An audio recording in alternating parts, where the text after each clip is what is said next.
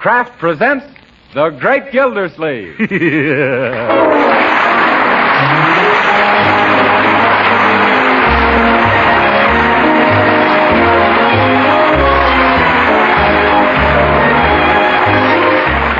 week at this time, Kraft presents from Hollywood, California, Harold Peary as The Great Gildersleeve, written by Leonard L. Levinson.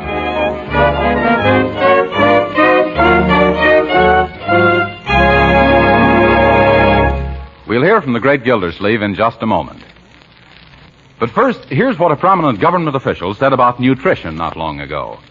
This official said that in times like these, proper nutrition is as important as fighting planes. Yes, we all need the right foods and plenty of them to keep up the pace our great defense effort demands.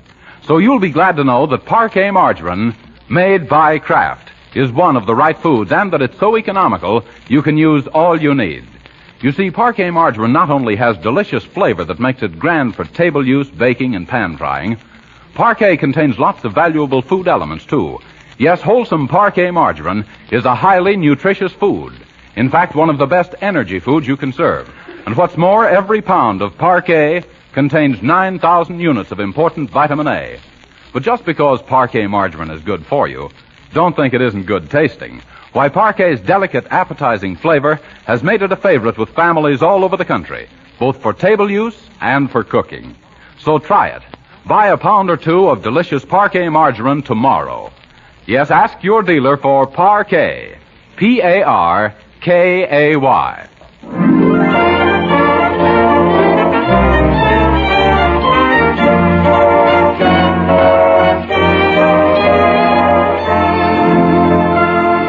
And now let's visit our friend, the Great Gildersleeve, and his niece and nephew, Marjorie and Leroy. They're trying to entertain a friend of Marjorie's, Oliver Honeywell, a chap who's taken so many pills that he's beginning to look like one. Today, Oliver is the man who came to lunch and stayed through tea and dinner. It's after 9 now, and a quiz game is in progress.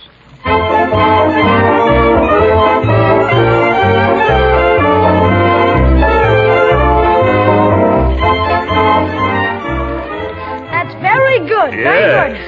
Now, the next question is for you, Uncle Mort. Okay. I love quizzes. Let's hear it, Leroy. Well, what's the difference between Niagara Falls and your friend Judge Hooker? There's no difference. They're both big drips. No, that's wrong. Oh, is it? The difference between them is that Niagara is a mountain fountain and the Judge is a legal. Oh, yeah. Well, I see. Now whose turn is it? It's your turn next, Oliver. Boy, this one's a cinch. Huh? Can you tell us who was the third Assistant Secretary of Agriculture in President McKinley's administration? Oh, that wasn't fair, Leroy. No, that's too hard, Leroy. Oh, no, it isn't. Third Assistant Secretary of Agriculture, McKinley's administration, Lucius N. Follansbee. Yep, that's right. I remember. It is? That's great, Oliver. Oliver, that's wonderful. Oh, really, it's nothing. A fellow shouldn't get any credit for remembering his own grandfather's name. Boy, you had me fooled for a minute. I thought you were smart. Yes, Leroy. Next is Marjorie's turn. Huh? Sis, what does it mean if you say, throw up the sponge? I give up. Absolutely correct. Oh, very good. Now, the scores so far are Oliver, 27, Marjorie, 19, and Uncle Mort, -2. Young man, what do you mean, -2? You answered one question wrong twice. It's twice? Now, here's your chance to make up, Unc. It's an arithmetic. If Jones buys 50 bales of hay and 100 bushels of barley for $300... Yes? And the barley costs 4 times as much as the hay, how much did each bale cost? Oh, my. Let me get paper and pencil. 50 bales, 100 bushels, $300. Mr. Jones should have bought defense bonds. The idea.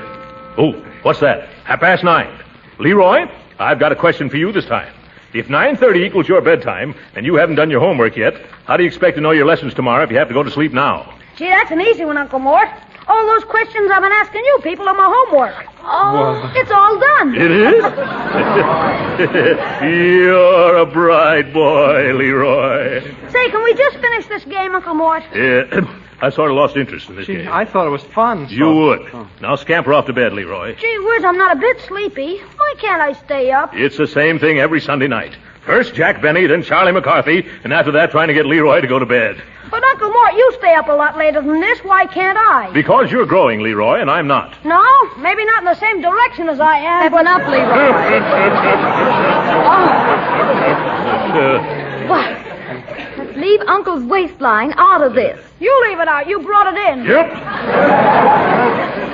Children, let's drop my waistline. It's dropped too far already.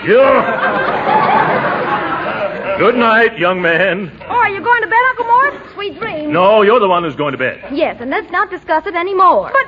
That's all, brother. But it isn't fair. It's not democratical. I'd like to stay up as late as everybody else. Well, let me see. Can I, Uncle Mort? Promise to go to bed the minute we do? Gee, of course I promise. Then you can remain up as late as Marjorie and I. Boy, that's keen. Well, I'm pretty sleepy right now. How about you, Marjorie? What? Oh, yes. I can hardly keep my eyes open. Yeah. Oh, I catch on. It's a trick to make me go to bed now. You've made your bed, Leroy. Now get into it. In that case, maybe I should... I'll get it. Well, if that's my mama, you tell her not to worry. Yeah.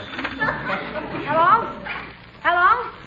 Oh, hiya, Pig. You It's for me. It's Piggy Banks. Piggy Banks. What'd you say, Pig? What for? Oh, no, Uncle Mort wouldn't. Huh? No, I wouldn't even ask him. Oh, it's too bad, Pig, but that's the breaks of the game. Goodbye. I don't want to intrude in your private affairs, Leroy, but what is it Piggy Banks wanted to do? Oh, he wanted to come over here tonight to carve out his pumpkin for Halloween. Well, I'd have no objection to that. Yeah, but he wanted to use you for the model. Yep. You go straight to bed, young man. We're all going to bed now. All right. Well, in that case, maybe I should. Yes, you should, Oliver. Oh. Good night. Marjorie, don't let Oliver forget his overcoat tonight. It's awfully chilly, and he might catch something he hasn't got already. Mr. Gildersleeve, I didn't bring any overcoat. I didn't expect to be invited for tea and dinner, too. Invited. Oh, my. I hate to think of you going clear across town on the streetcar. Oh, Midgie, the streetcar doesn't bother me. It's the waiting and the walking. Yes, and in the dark, too. Say, why don't you stay here for the night, Oliver? Oh, that's a splendid idea. Where can we put him, Uncle Mort? On the sofa in the study. It's the kind that collapses into a bed. Oh, no, thanks, really. I don't think I should. Why not? I'll fix you up with a pair of my pajamas. Oh, I don't think I could sleep in a strange pair of pajamas. Yes. And besides that, don't you think they'd be a trifle large? Oh, come, Oliver. It'll be fun. Like sleeping in a tent. Yes. Well, I'll bring out a couple of spare blankets and a pillow. Oh, never mind the pillow, Midgie. I'm allergic to feathers. Feathers? Is that so? Oh, yes. You know, I have it so bad I even break out with spots when I eat chicken broth. Well, you better telephone your parents and tell them you won't be home tonight, Oliver. Oh, yes, I better. Otherwise, Mom would have to send Pop out to look for me. Then she'd have to go out to look for Papa. Well, I'll get the blanket. Oh, hello, Mama. Mama, this is Oliver. What's that? Papa's been out looking for me already. Well, it isn't 10 yet, Mama. Oh, he wanted to get an early start. You better go find him, Mama. Try the place on the corner. Oh, not the drugstore, the place in the other corner. I don't know why he always goes there. I never do. Well, you just push open the doors and call in, that's all. What? Oh, I'm still at Midgie's house. Yeah, Mama. They invited me to spend the night here on account I didn't bring an overcoat. I did? I must have left it in a streetcar, huh? Well, I got my pills. Don't worry, I'll keep out of drafts. Good night, Mama. Poor Mama. You know, she doesn't seem to realize that I'm a big boy now. No, it's very hard to believe, Oliver. Oh, I almost forgot. Here. What's this nickel for? Oh, for the phone call. I never like to be under obligations to people. Yes, I can see that. Everything's ready for you, Oliver. Yeah, go right in and make yourself comfortable, Oliver. I'm going to lock up. Oh, be sure all the downstairs windows are fastened, Uncle Mort. There have been some burglars in the neighborhood lately. Burglars? Oh, don't worry, Oliver. Go right in and get ready for bed. If a burglar ever saw you in my pajamas, he'd put back everything he took. I wonder who built these windows. The Pullman Company?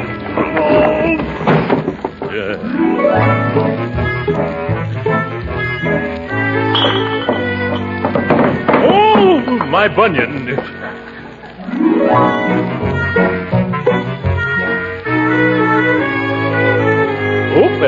almost forgot to wind the kitchen clock. Somebody already wound it. Oh, excuse me, Aesop. I didn't mean to step on your tail. Now, Scat Cat, scram, go, outside. Yeah. Everything locked up tight, Uncle Mort? Yes, a burglar would need 3 policemen to help him get in here. Excuse me, I guess it was the company we had for dinner. Well, see you in the morning. Huh? Good night, Uncle Mort. Good night, my dear. Good night, Uncle Mort. What, you still up? Good night, Leroy. Good night, Uncle Roy. Good night. What's that? Who? Oh, good night, Oliver.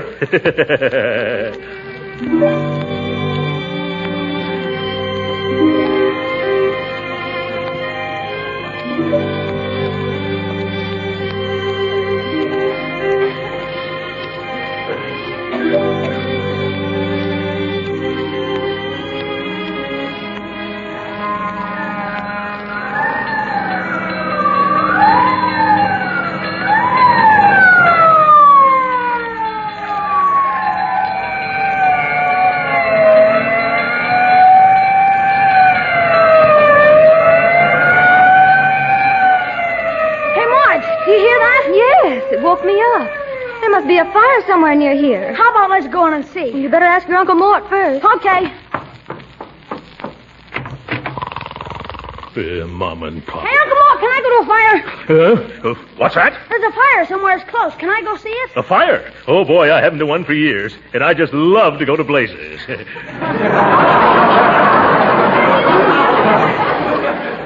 hurry up, Uncle Mort, hurry. No, not that door. That's the bathroom. Oh, excuse me. I should have known. This way. Yeah, thanks. Now, let's hurry outside, or the fire will be out before we are. Gee, this is fun. Huh? Hey, Marge, let's go. Here's Uncle Mort. Yeah, let's get Oliver. You think he'd be interested? Sure, it'll be a tonic for his nerves. Oh, Oliver. Yes, Mama, I'm getting off. Yep. I'm not your mama.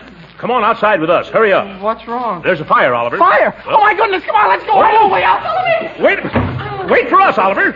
Leroy, bring Oliver's shoes. Come on, Marjorie. Hey, Oliver, come back here. Where's the fire? It's somewhere around the corner, Oliver. Is it coming this way? No, we're going that way. Come on. Here's your shoes, Oliver. You better put them on before you wear out your socks. Oh, thanks, Leroy. All right, let's not spend all night here. The fire won't wait for us, you know. Oliver, you can tie your shoelaces afterward. As you say, Mr. Gildersleeve. Oh, on second thought, Oliver, you better tie them now. I might as well, now that I'm down. Gee, this is the latest I've been out since the night I went walking in my sleep. Yeah, well, let's take a quick look at the fire and scoot back to bed. I wonder whose house it is. Well, we'll soon see. I think the engine's right around the corner. They are? Oh, I see a lot of people. Yes, there they are. Gee, look at all the neighbors. There's nothing like a good fire to bring out all the best people. Everybody must have gotten up. Huh? Oh, look. There's Edie Quinn, wearing the same kimono she wore to that fire last year. Yes. Don't be catty. Well, here we are. I don't see any fire. I better find out what this is all about. Let me through here, please. Excuse me, lady. Oh, pardon me, Chief, but could you direct me to the fire? Mister, I wish you could direct me. We can't find it. Oh, well, it may be a little unprofessional, but have you asked anybody? Say, that's an idea. Thanks. Oh, it's all right. Quiet, please. Let's have quiet, everybody. Yes, quiet. Now, did anyone here turn in a fire alarm? No, not me. Excuse me, I was the one who called. Oh, hello, Mrs. Beasley. Well, where's the fire? Oh, there isn't any fire. My poor little cat is stranded on top of that telephone pole up there. What? Oh, good grief. Madam, do you mean you got us all out of bed and dragged the firemen away from their gin rummy game just to look at a cat? Oh, disappointed because someone's home isn't burning down. Huh? I know who you are. You're the man who does want to set the world on fire. Now, see here, Mrs. Oh, this is Mrs. Beasley, Uncle Mort. Mrs. Beasley, this is my uncle, Mr. Gildersleeve. How do you do? Charmed, I'm sure. Now, see here, Mrs. Beasley. What do you mean by waking up the whole neighborhood? Now, take it easy, mister. I won't take it easy. Chief, are you going to waste the taxpayers' money climbing telephone poles for tomcats? Well, what's wrong with that? Well, give me a reason why you should go to all that trouble. Sure, I'll give you a reason. This lady happens to be the mayor's sister-in-law. Just as I thought. Politics. Hey, boys, get out the 40-footer and bring down that cat. Thank you, Chief. I'll see that my brother-in-law hears about this. Yes, and I'll see that the newspapers hear about it, too. I'll write letters to the editors. And I write a nasty letter, madam. And as for you, Chief, you're paid to fight fires, not to go sky-hooting around town all night. Now, I've heard enough out of you, fatso. Yep. If you don't pipe down, I'll turn you over to the police, you big false alarm. I'm a false alarm, you little brass pole polisher. Take off that fireman's uniform and say that. Now, don't get so hot under the collar, beat trust, or I'll have the boys cool you up with a hose. I'm not afraid of you and all your little squirts. You twitch a thumb at me, and I'll push that tin hat of yours so far down, you'll have to breathe through a straw. Well, now you have gone too far. Logan! Yes, Chief? Here, hold my coat. That suits me. Oliver! Yes, Mr. Gildersleeve? Keep off the grass, you'll get your feet wet. Hey, look! Look, they've got the cat down, Uncle Mort. Oh, thank goodness. Where's the lady that owns the cat? Right here, Kelsey. Now I've seen everything. The idea. Using thousands of dollars worth of fire equipment, waking up hundreds of people in the middle of the night just to snag a mangy cat off a telephone pole. Here it is, lady, safe and sound. Thank you very much. Oh, dear me, this isn't my cat at all. Well, now it isn't even her cat. Lady, if you aren't... Uncle Mort. What's wrong, Marjorie? I'll tell you what's wrong, Mr. Gildersleeve. This is your cat. Yeah. Our cat? Yes. Aesop? Is that a hot one? Oh, my goodness. Let's get home. Come on, children. Come on, Aesop. Goodbye, Chief. Thank your boys for doing a noble and humane deed. Go back to bed, you big mattress. Oof. Come on, man, let's go. I don't like the way he said that.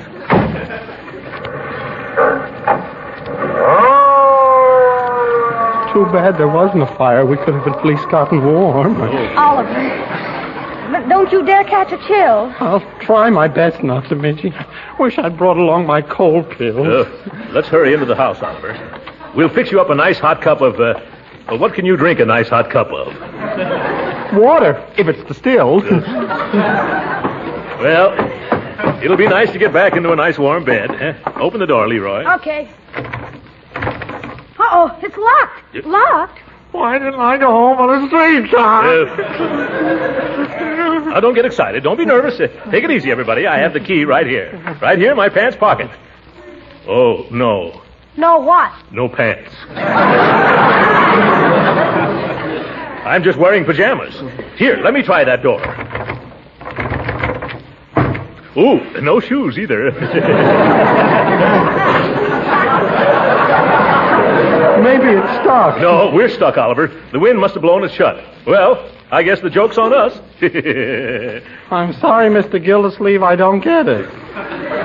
You keep asking questions like that, Oliver, and you'll get it all right. There must be a window around the side or in back that I could climb into. No, Leroy. Before we went to bed, I made sure that everything was locked as tight as a drum in a bagpipe band. Oh, wait a minute. We forgot something. Huh? I know how we can get in. You do? Well, what is it? Birdie. Clever girl, Marjorie. Birdie. Yeah, come on, everybody. Where are we going now, Midgie? We're going to see if we can wake Birdie, our maid. Yes. Oh, Birdie. Oh, Birdie! Oh, Birdie! Too many birdies. Let me do it, children. Oh, Birdie. Yes, Mr. Gildersleeve. Birdie, will you please come downstairs and open the front door? Come downstairs. Open the front door. Yes, I'm locked out, and so is Marjorie and Leroy and Oliver. What an unfortunate coincidence. Yes, Birdie, quit stalling and hurry down here. I would if I could, Mr. Gildersleeve, but I just can't. Why can't you? Because I'm locked out, too. What? Birdie, aren't you upstairs? No, sir, I'm right here on the back porch. Oh, this is a pretty pickle of fish. How did you get locked out? Well, I just got home from a lodge meeting. Yeah. You know, the mysterious and bewildering orders of the daughters of Cleopatra. I'm the head Sphinx. Sphinx, you are? Yes, sir. And I found the back door bolted. You know, that's contrary to the customary procedure. Yes, well, I wonder if the people next door have got a pass key. Oh, they went away on their weekend. Oh, I'm getting terribly cold. Maybe I better go home after all. no, Oliver. We'll get inside in 2 shakes of a jiffy. The only trouble is all the downstairs windows are locked. If we could only reach the second floor. I can do it. If you boost me up, I can climb this tree and then crawl out on that branch and drop down on the roof of the porch there. Who do you think you is, Leroy? A Superman man? Yes. No, I won't let you risk your neck, my boy. You're too young. I do it myself, only why ruin a tree that never did me any harm? Oh, dear. dear. Isn't it too bad that we don't have anyone big enough and thin enough to come to our rescue? It's getting colder, isn't it? You know, I can't help thinking what King Arthur or one of his knights would do in a case like this. Yes, I believe it is getting colder. Why, he'd leap off his horse, spring to the tree, and just swarm up to his lady love's window. If I'd only brought along some of my vitality tablets. Oh, what's the use? Oliver, why don't you go climb a tree? Who, me? Midget, you know I get dizzy spells from high places. Oliver, it's really very easy. You can do it with your eyes shut. I don't like this. Give him a boost up, Unc. Can't you see he's raring to go? Uh-huh, raring to go home. Come, Oliver, you've got to be brave. Pull up my pajamas. No, I mean the ones you're wearing. Yeah, now tighten your belt. I didn't say yes. You shook your head. Can I help it if I shiver in the affirmative? Well, now you take his other leg, Leroy. Okay. Yeah, careful now. Yeah, there we go. Yeah, grab hold of the branch, Oliver, right above you. Well, don't drop me. I bruise easily. Yeah. It's all right. I'm right below you. Now, just pull yourself up. No, Oliver, go the other way. You're getting out on the wrong limb. Gee, if I only had my slingshot here, I'd head him in the right direction quick enough. Leroy. Keep going, Oliver. You're doing fine. Oh, what are you stopping for now? The string on my pajamas broke. Oh. I don't know. I'm falling. I made it. I landed on the roof. Yeah, well, congratulations, Oliver. I never thought you'd make it. How about it, Missy Witchy? Am I as good as any night? Oh, yes, Oliver, you're wonderful. Yeah. By George, for a weeknight, he finished strong on Sunday. Yeah. All right, Oliver. Now just climb in one of the windows and all our troubles will be over. Mr. Gildersleeve, Huh? I've got bad news for you. What? There aren't any windows over the porch.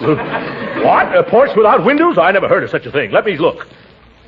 Well, that's one for Ripley. You better come on down, Oliver. How? I can't reach that limb again. Jeepers, we've stranded Oliver. Is that bad? Now what are we going to do, Unc? Well, there's only one thing to do. I've got to get a ladder someplace. And a piece of string. All right, Oliver. Oh, hurry, Mr. Gildersleeve. It's terribly cold up here. Yeah. The people in the back's got a nice big ladder. Yeah? Why don't you just pussyfoot over and throw the bar? Well, thanks, Bertie. I suppose that's all I can do. Children, you just stay where you are. And Oliver, don't go away. Very funny. I'll be back just as soon as I can, Oliver. Fine state of affairs when a man can't break into his own home. Well, that's what you get for chasing fires in the middle of the woods. Oh, it's you, Aesop. Out of my way, you Siamese snake in the grass. Now, let me see. There's a loose board somewhere along this fence. Ah, there it is. Tight squeeze, Throckmorton. You should really cut out the starches. I wonder where that ladder is. It's as dark here as the back of a coal miner's neck. Who's there? Huh? Speak up or I'll shoot. Oh, hello. Don't shoot, Mrs. Beasley. It's only me, Mr. Gildersleeve. What are you doing in my backyard at this time of night? What am I doing here? Oh, yes, we were locked out of our house, Mrs. Beasley. Do you happen to have a ladder I could borrow? It's in the shed, and the shed's locked. Well, then, if you could find the key and kind of throw it down to me, I'll... Nerve. Waking me up, scaring me half to death, and then having the gall. What did you say, Mrs. Beasley?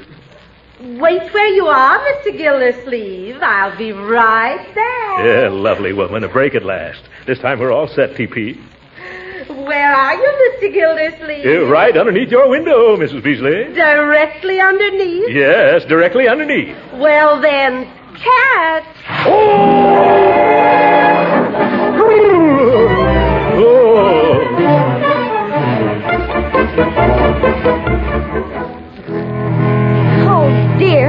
Dew on the grass. I hope Uncle Mort doesn't get his feet damp. Hey, sis, I did it all right. Boy, that was a thrill. Well, it's only a matter of minutes now. Oh, Oliver, it's only a matter of minutes now. Only minutes before I freeze. I wish I brought a parachute. Shh. Who that there? It's me, your Uncle Throckmorton. If I ever lay hands on that Beasley woman, I'll kill that old cow. Why, Uncle, you're soaked. What happened? She lured me underneath her window and then threw a bucket of water on me. I'm going to tell the mayor about this. Oh, that's a shame. But don't you worry. We'll have you in the house and dry inside of 5 minutes. Oh, you got the door open? No, not yet, but soon.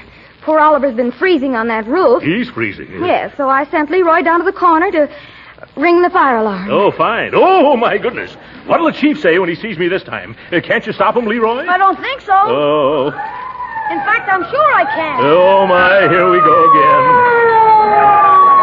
Stop right here, men. Okay, where is it? Oh, hello, Chief. Well, you're just in time. Look. Where? Oh, say, what is this? First a cat on a pole and now a guy on the roof. Who's responsible for this call? Well, it was like this, Chief. Well, if it isn't the taxpayer's best friend and the fire department's severest critic. Hi, Mr. Gildersleeve. Yeah, hi. Been writing any letters to the newspapers? No. Now, stop teasing, Uncle Mort, Chief. He's just soaked to the skin. Yeah, and that takes in an awful lot of territory. Yeah. How about saving those cracks for the fireman's minstrel show and getting our front door open? Oh, is that what you want? Well, why didn't you say so? Hey, Max, bring an axe. We've got a door to chop down. No. Can't you just send up a man and a ladder to one of the windows on the second floor? Oh, never mind the axe, Max. Bring a ladder. Okay. Say, Chief, there's a cellar door open around on the other side. The cellar door's been open all this time? Oh, I could kick myself. We could help you with that, too. Here. Thank you just the same, no. Say, boys, I'm awfully sorry about this whole thing. Let me make some amends, huh? How about you all coming in for coffee and sandwiches? Huh? Won't you? Come on, just for good old Gildersleeve. Huh? Okay, sure. Yeah, come on.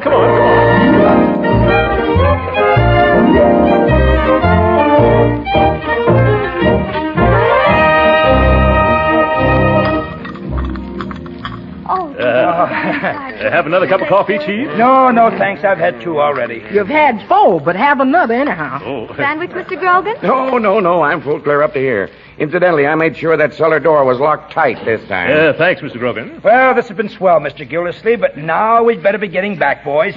Hey, you guys in the kitchen, let's get wheeling. Well, goodbye, boys. Thanks for everything. And if I ever have a fire, you'll be the first people I'll call in. I like firemen. Say, Uncle Mort, can I go out and watch them leave? Sure, we'll all go out and wave goodbye to them. Come on, Marjorie. You too, Bertie. Okay, Uncle Mort. Yeah. Well, thanks for the hospitality. So long, boys. Don't take any wooden fire plugs. Yes, nice fellas. Well, let's get back in. There they go. It's colder out. Catch the door, Bertie. It's good. Oh, my goodness. Gee, we're all locked out again. Yes, this is where we didn't come in. Hey, isn't anybody ever gonna get me down off this roof? Oh, Oliver!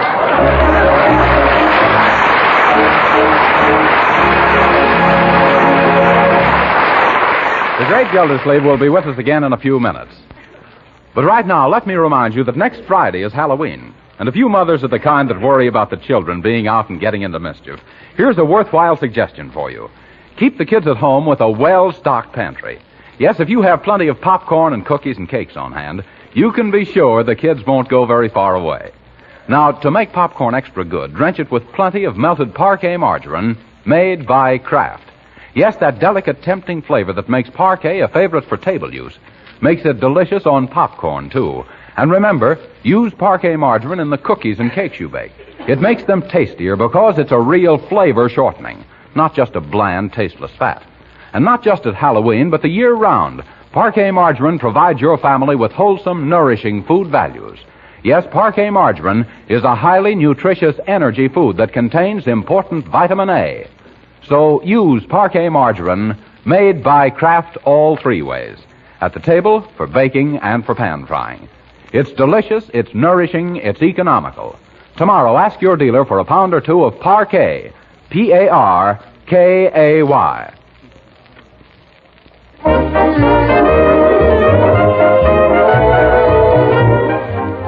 Sorry, ladies and gentlemen, our time's up. Good night.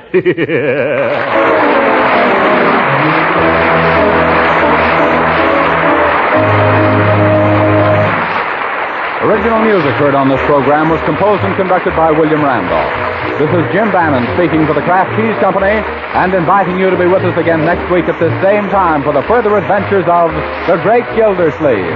This is the National Broadcasting Company.